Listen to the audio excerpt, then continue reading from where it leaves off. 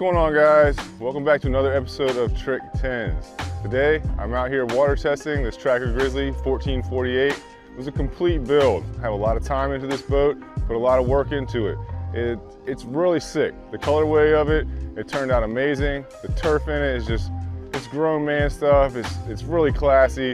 And I'm gonna show you guys the full walkthrough and reveal video of this boat right now. All right, guys, so this front deck on this boat is very large. It's almost 7 feet long, and it's got the perfect amount of space for fishing on.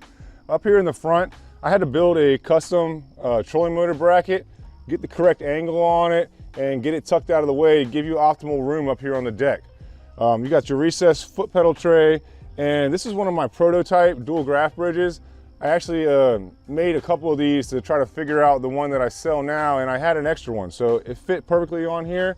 It's painted in metallic oil rub bronze. It's the same color as the outside of the hull. It's almost like a dark gunmetal goldish bronze color. I think it looks really sick. And the cool thing about this, you can always upgrade and add another graph right here in front of this one at a later date. All right, so the way that this boat originally comes, the front deck only has a access up underneath the face of the vertical wall. So when I built this frame for it, we incorporated that storage into this same hatch right here in the front. So this is our big storage hatch. Basically, it's open all the way across, and you can still access the storage up underneath the front area here. All these storage compartments do have lights in them. This is our electrical panel hatch on the side. I made this one a little different. It's long, because it houses the stuff in order here. We got our switch panel, our fuse block, and then up here we've got a USB charging port where you can put your cell phone or Bluetooth speaker or whatever you might need in there. All right, so that brings us into our live well. This is a 22-gallon live well. It's all custom built. It's completely insulated. It's got a aerator for the pump in fresh water, and it also has the flow right system to recirculate and pump out the water. This is the perfect size live well to keep your fish alive all day while you're fishing a tournament. So there's a part of this boat that I built that I really like. I think it's a humongous addition to the boat, and it's these side panel walls right here.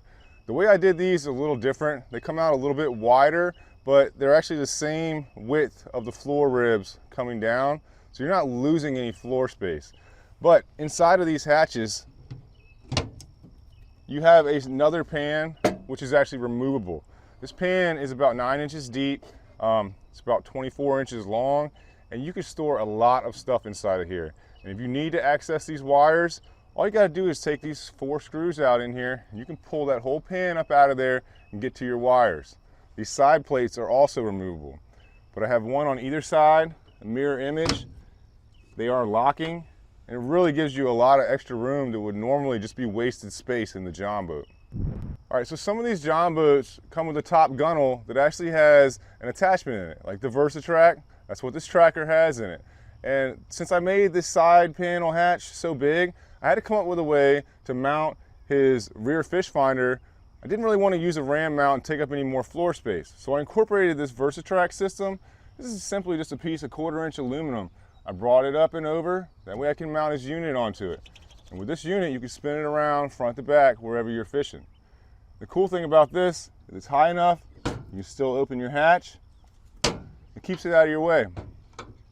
So that brings us into our back deck. Now this area is our original back bench seat. And what we did was I cut 2 holes out to drop in these recessed hatches. Very similar to all my builds. All these hatches are dry hatches with drain tubes in them. The batteries are actually housed right here in the center, and then you got plenty of storage on either side. That brings us into our last hatch in the boat.